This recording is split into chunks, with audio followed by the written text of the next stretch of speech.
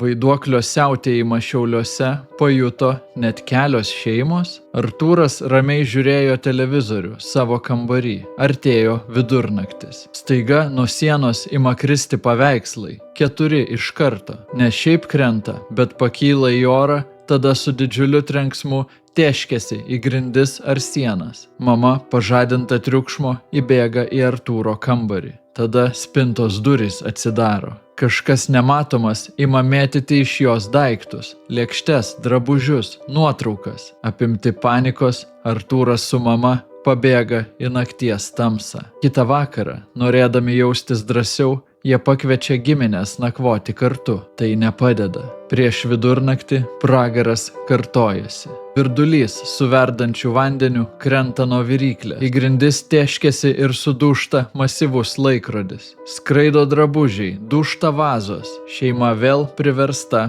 bėgti. Namo grįžti drįsta tik po 2 parų. Iš kaimynų sužino, kad nematoma jėga siautėjo visame name. Kas dėjosi kaimynų namuose?